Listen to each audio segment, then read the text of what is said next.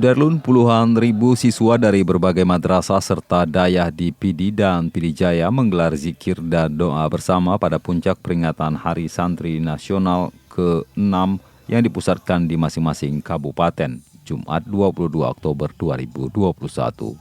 Di Kabupaten Pidi dilaporkan pelaksanaan HSN diawali dengan pelaksanaan apel upacara yang turut dihadiri oleh Forum Komunikasi Pimpinan Daerah yang dipusatkan di halaman tengah kantor Kemenak Pidi. Tampil sebagai inspektur upacara Wakil Bupati Pidi, Fadlullah TM Daud. Yang dipahami oleh yang kita ajarkan di sekolah-sekolah. Ya, sehingga anak kita, jadi kalau kita mengajarkan anak-anak kita, masa kita masih terpengaruh dengan hoax. Sementara di Kabupaten Pidijaya, pelaksanaan HSN 6 berlangsung di halaman dayah Jemala Amal, Lungputu, Kecamatan Bandar Baru.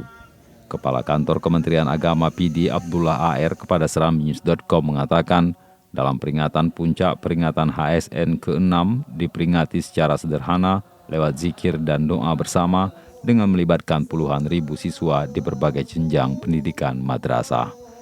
Sejak 2 hari sebelumnya, pihak Kemenak telah menyampaikan instruksi agar setiap madrasah menyelenggarakan zikir dan doa bersama di sekolah masing-masing.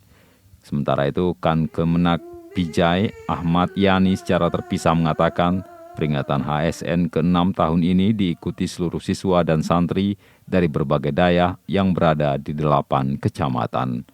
Ahmad Yani berharap peringatan tahun ini dapat menjadikan para santri yang siaga lahir dan batin dalam menebar kebajikan dunia dan akhirat serta siaga dalam membela negara di tengah pandemi COVID-19. Dari Sigli Idris Ismail, Serambion TV.